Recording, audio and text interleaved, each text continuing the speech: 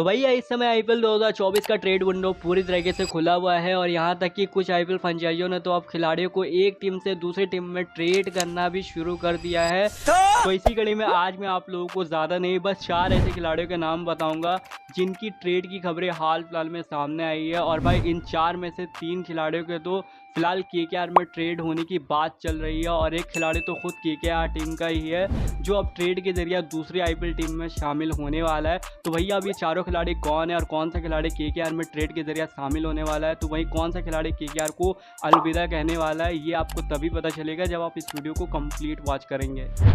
तो first of all भैया हम लोग बात कर लेते हैं यहाँ पर वाशिंगटन सुंदर और राहुल त्रिपाठी के ट्रेड के बारे में, क्योंकि अभी रिसेंट टाइम में तो सोशल मीडिया पर वाशिंगटन सुंदर और राहुल त्रिपाठी की केकेआर में ट्रेड होने की खूब चर्चाएं चल रही है। तो भैया दरअसल बात कुछ ऐसी है कि मुंबई की केकेआर एकेडमी में अभी फिलहाल केकेआर का एक छोटा सा ट्रायल कैंप लगा हुआ है और केकेआर के इसी ट्रायल कैंप में केकेआर के कुछ डोमेस्टिक खिलाड़ियों के साथ खासकर राहुल त्रिपाठी और वाशिंगटन सुंदर को भी साथ में देखा गया है। तो बस भैया आप समझ जाइए कि यहीं से फिर राहुल त्रिपाठी और वाशिंगटन सुंदर केकेआर में ट्रेड होकर आ रहे हैं। इस तरह की खबरें और कहानियां बनना शुरू हो गई। जबकि भैया असल सच्चाई तो ये है कि वाशिंगटन या फिर त्रिपाठी के ट्रेड के रिगार्डिंग अभी तक टीम कोलकाता नाइट राइडर्स और सनराइजर्स हैदराबाद के बीच कोई भी ऑफिशियल डील या इवन बातचीत वगैरह भी नहीं हुई है। तो ऐसे में आप लोग 100% ये मान के चले कि फिलहाल यहाँ पर वाशिंगटन और त्रिपाठी के केकेआर में ट्रेड को लेकर ये जो खबर है ये कोई पक्की खबर नहीं है, बस एक अफवाह है जो कि इस समय भैया इंटरनेट पर तेज़ी से वायरल हो रही है। तो मैंने सोचा क्यों ना आप लोगों को भी इस रूमर के बारे में बताकर थोड़ा सा अवेयर कर दिया जाए। ठीक है, समझ गया। इसके बाद भैया लिस्ट में अगला नाम है केएस भरत का। तो ट्रेंडिंग क्रिकेट के एक रिपोर्ट के मुताबिक रिसेंट टाइम में कोलकाता नाइट राइडर्स की टीम गुजरात टाइटंस की टीम को भी लगातार कन्विंस करने में लगी हुई है कि किसी भी तरह जीटी की टीम अपने इंडियन विकेटकीपर बैट्समैन यानी कि केएस भरत को इनके टीम में ट्रेड कर दे, क्योंकि भैया फिलहाल केकेआर के पास इनके करंट स्क्वाड में इंडियन विकेटकीपर के बैट्समैन के तौर पर सिर्फ नारायण जगदीशन का ये ऑप्शन है, जिन्हें भैया पिछले आईपीएल 2023 के सीजन में केकेआर ने मौके तो कई दिए लेकिन उन मौक़ों पर जगदीशन भैया चौके नहीं लगा पाए और टीम के लिए इन्होंने 6 मैचेस के अंदर 100 के स्ट्राइक रेट से सिर्फ 79 रन ही बनाए। इस लल्लू लाल पे तो बिना मतलब ही पैसे वेस्ट कर रहे हैं। तो इसलिए भैया अब यहाँ पर केकेआर ये प्लान कर रही है कि जगदीशन को रिलीज करके इनकी जगह पर प्राइमरी विकेटकीपर के तौर पे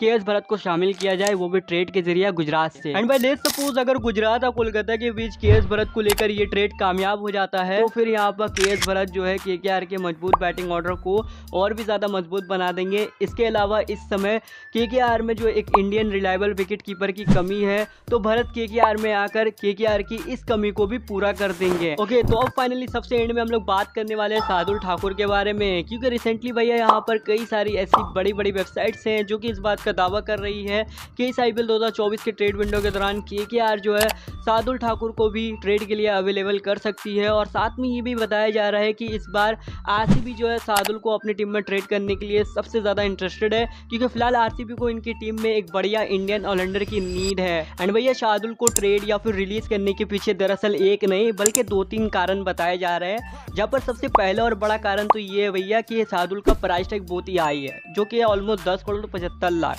एंड रीजन नंबर 2 ये है कि भैया पिछले साल आईपीएल 2023 में शार्दुल का ओवरऑल परफॉर्मेंस केकेआर के लिए कुछ उतना खास भी नहीं रहा था। बट इन सब के बावजूद स्टिल मुझे ऐसा नहीं लगता कि कोलकाता की टीम शार्दुल को इतने आसानी से अपनी टीम से जाने देगी। इनफैक्ट मुझे तो ऐसा लगता है कि मैं शार्दुल को ट्रेड करने के बजाय इस बार कोलकाता की टीम शार्दुल को अपनी टीम से रिलीज करके दोबारा से इस आईपीएल 2024 के मिनी ऑक्शन में इन्हें सस्ते दाम में खरीदने का ट्राई करने वाली है, क्योंकि शार्दुल भैया एक कंप्लीट ऑलराउंड पैकेज है, वो भी इंडियन विद एक्सपीरियंस। और भाई ये जरूरी भी तो नहीं कि अगर पिछले साल आईपीएल 2023 में शार्दुल केकेआर के लिए फ्लॉप रहे थे तो इस साल भी आईपीएल 2024 में केकेआर के लिए ये फ्लॉप ही रहेंगे, बल्कि ऐसा भी तो हो सकता है कि इस साल आईपीएल 2024 में शार्दुल और भी बढ़िया परफॉर्मेंस केकेआर के लिए हमें करके दिखा दे। बाकी आप लोग भी मुझे कमेंट करके बताएं कि क्या आप लोग भी आईपीएल 2024 में इस बार दोबारा से शार्दुल को केकेआर के लिए खेलता हुआ देखना चाहते हो या फिर नहीं। और अगर आपको वीडियो अच्छी लगी तो वीडियो को भी जाते जाते एक लाइक और चैनल को भी सब्सक्राइब कर देना। बाय।